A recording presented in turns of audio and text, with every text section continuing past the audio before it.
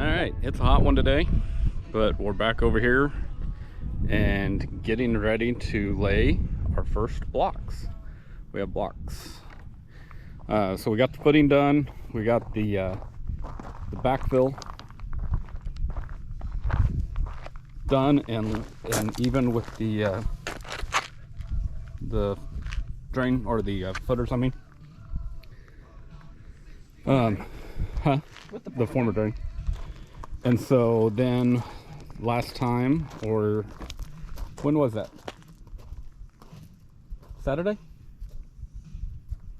Sunday we came down and it was another hot one, but we got all of our corners laid out and sharpied, and then red semi-permanent chalk lines done for the entire basement. And up the step footers, we didn't get all the way around the garage yet. So that's where we're at for today. Okay, so we are going to start, I guess, in the corner of my office and build that direction, and we'll see how it goes.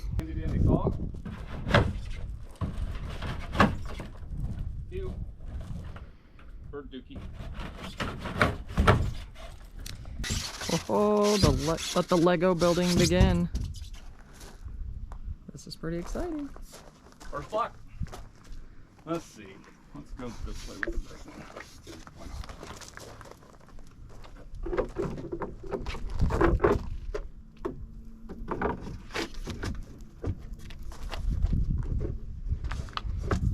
So we had marked out where these needed to be so that they would be right in the center.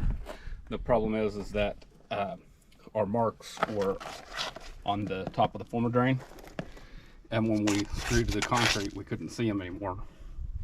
The guys we had helping us were already setting the pins, so they aren't going to be right in the center of those where we need them to be. So we're gonna have to deal with it. We're gonna make do.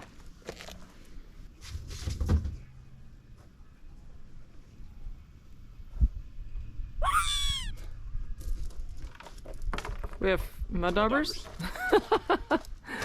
We already have somebody building a home in our home. Exactly who we don't need. Okay. These are HV clips, horizontal and vertical HV. And they snap in, and they set on this first row to snap them in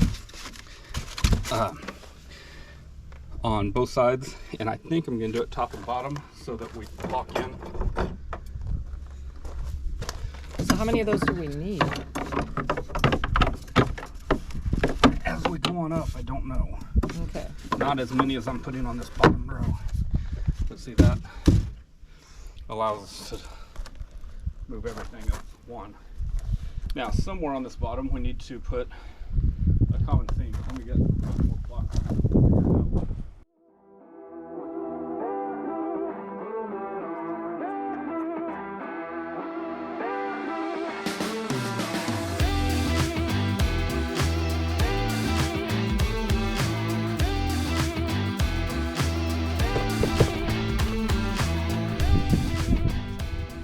Got a little gap here.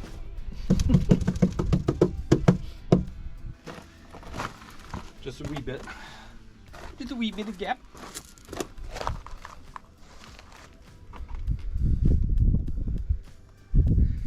Question is, do I go full and then put the seam right here in the middle? Usually you put them under windows. We don't have any windows in this wall, so I think I want it as close to the middle as possible. So unclip.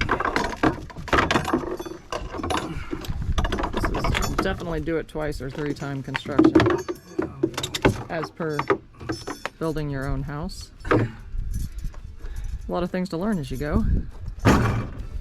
Okay.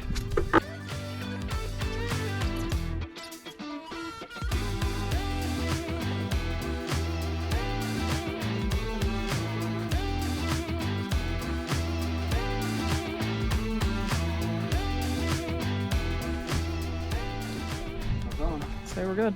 First cut, here we go. Are you plugging your ears already? Ain't that a bitch? Oh, we run into our first problem. It is smack dab in the middle of that. I know. Well, okay.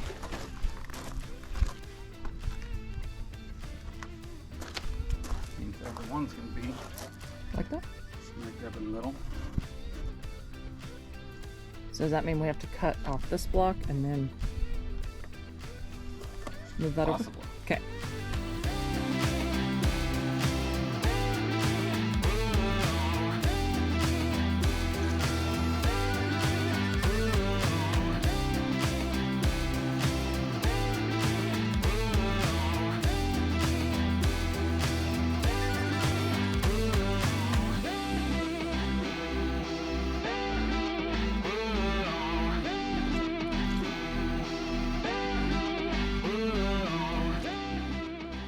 All right, so what's our plan?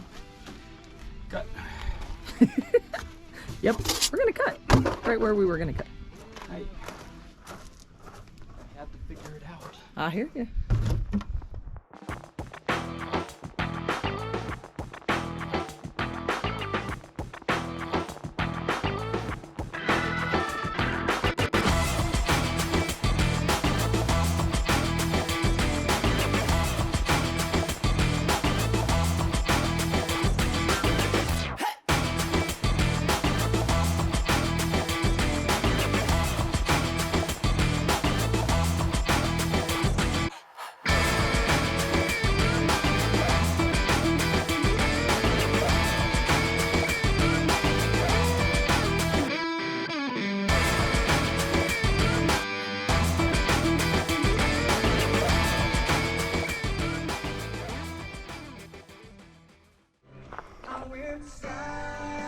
All right, it is Friday morning. We've been getting up in the mornings. There's the sunrise. We've been getting up in the morning because it's been so hot that we can't work very long in the day. And we have gotten 2 rows done. We didn't get a lot of video of it, but let's come down and take We'll get some. a look at some of the key elements. So we're getting the rebar in. So we're using steel in the corners. We're still using fiberglass. Fiberglass rebar down on the bottom, or one will go right here because you offset them. You go to the inside of the wall because we're going to have backfill. And the wall is going to want to try to open up and push. So we put it to the inside of the wall so that it can be the stretch member or the tension member to resist the push of the backfill. Anyway, you put them one here, then the next course up you go here so you can thread your vertical rebar down between them and you don't have to tie anything. And the HV clips, we're putting, you want me to do it? Okay. Do it. So on the HV clips you got 2 at the seams to hold everything together. Whoa! Just like that.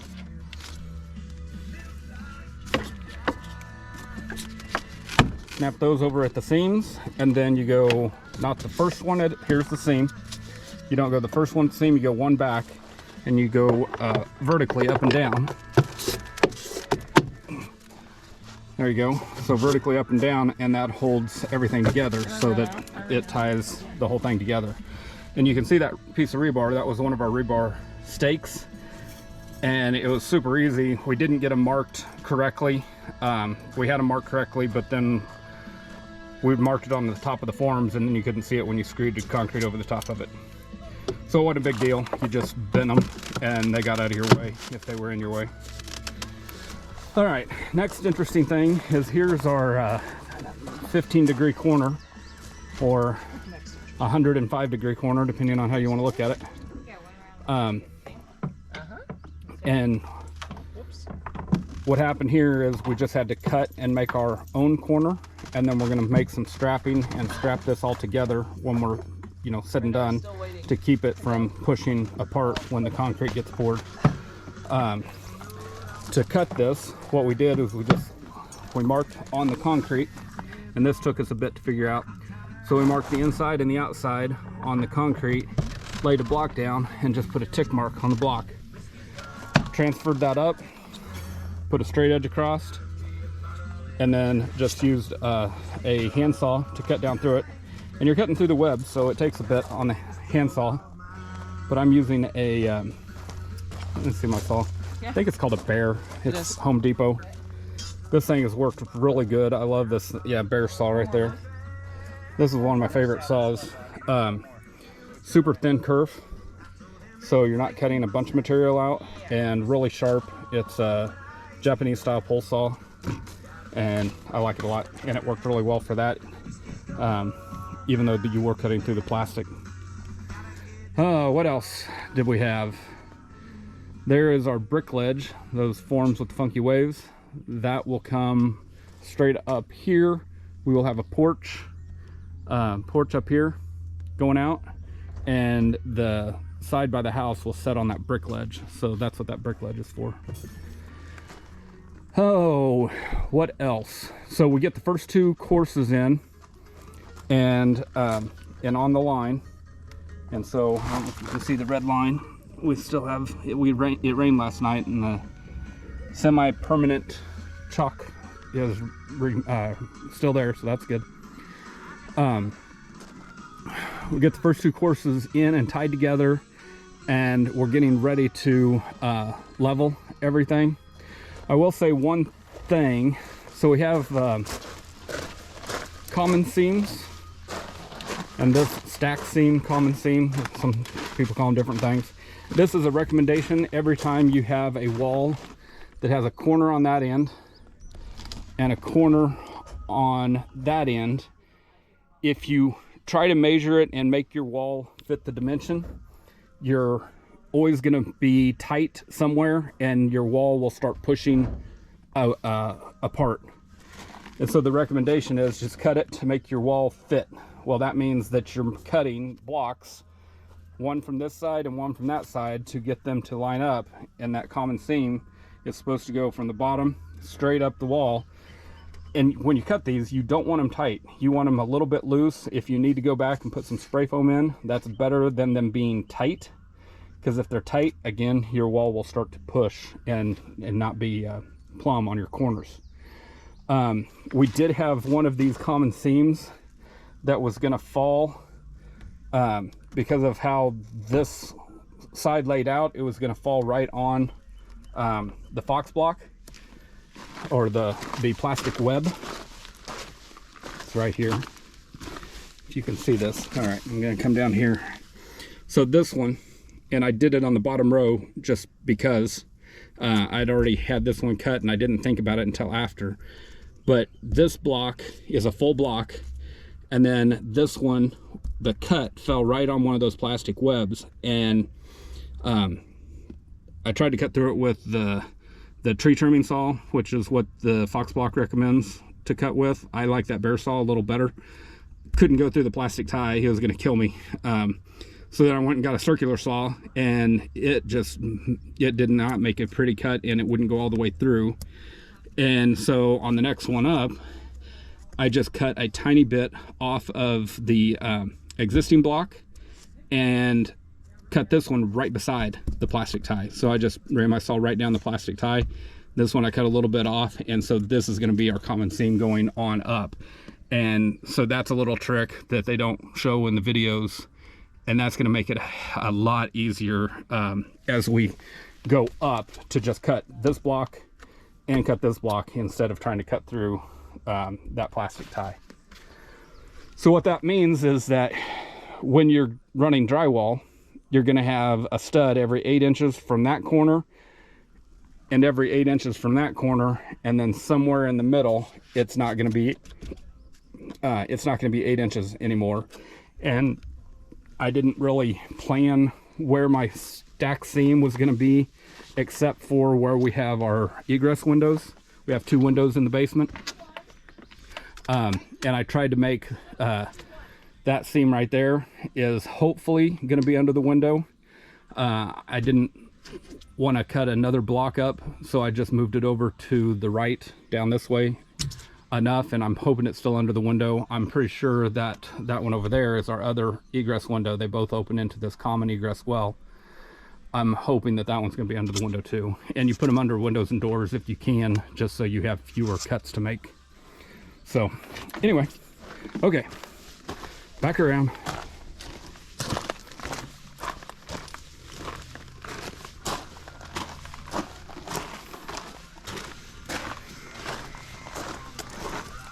So on the pilasters, these are our pilasters. So this is just a wall that's going to go back to support this wall to keep it from tipping. Oh man, we didn't do that. What did we do? All right, we'll have to come back and do that. We got to put a rebar angle in at all of the pilasters. Yeah, so we'll need to get those cut. So what we're going to do is we're going to bring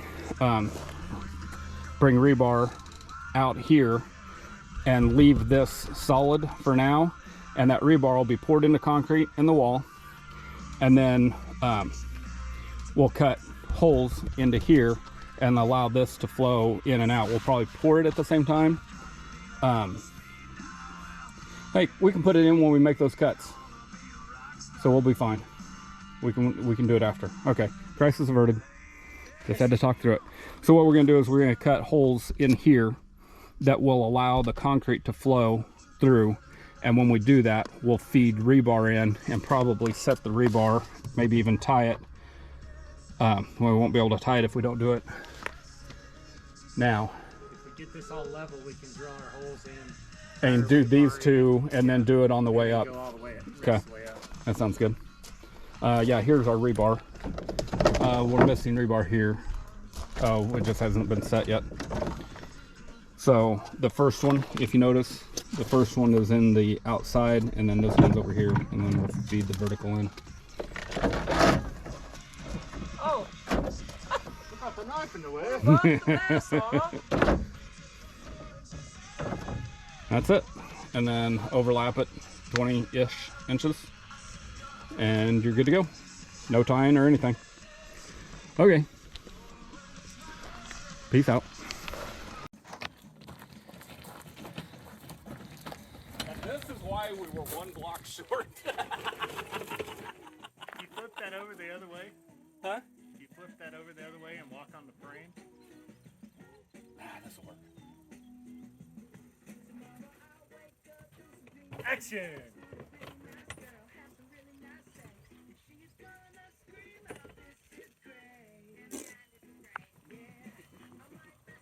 There's that.